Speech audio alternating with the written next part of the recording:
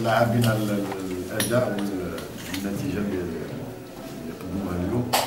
نظن يزون كونفيرمي المقررين تاع البارادو. نظن العام اللي شفنا في القصير الضياع اللي كيما معروف.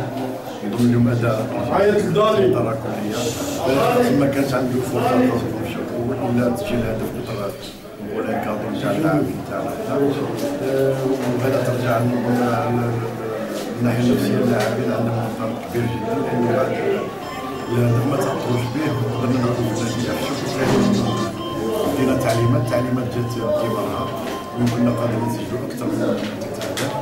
على العموم انا راضي جدا بالنتيجه وبالاداء وبالناحيه التنظيميه ثاني فوق الميدان تاع اللاعبين.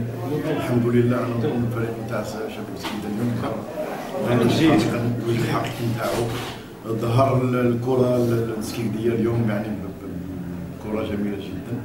ان شاء الله يبقاو يحطوا رجليهم في الارض ويكملوا يعملوا.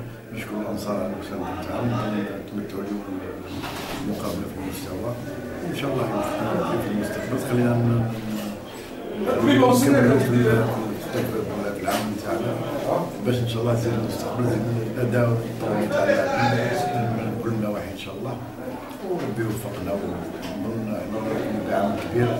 نشكر